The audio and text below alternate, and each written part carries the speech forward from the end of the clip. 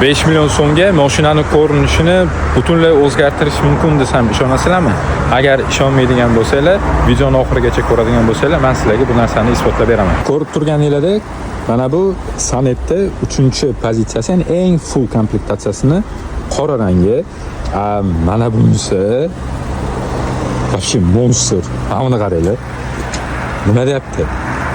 Ikkalasini o'rtasida 5 million so'm narxida farqi bor. Bu komplektatsiya 250 million. Bu ikki edition variantlarimiz 255 million. Lekin mana shu 5 million farqda, buni qaranglar. Logotiplar qoraytirilgan, tuman kanat profidagi, даже diskalarigacha hamma nikel joylari qop-qora qilingan. Mashinada bitta ham metallический joyi yo'q.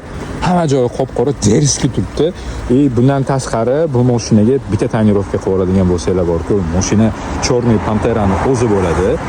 Aynan shu mashinalarga biz rassrochkalar ham ochib qo'yganmiz. Batafsil ma'lumot bo'yicha kommentariyada Do2 Edition deb yozib qoldiradigan bo'lsanglar, sizlarga to'lov grafiklari bo'yicha ma'lumot berib o'tamiz.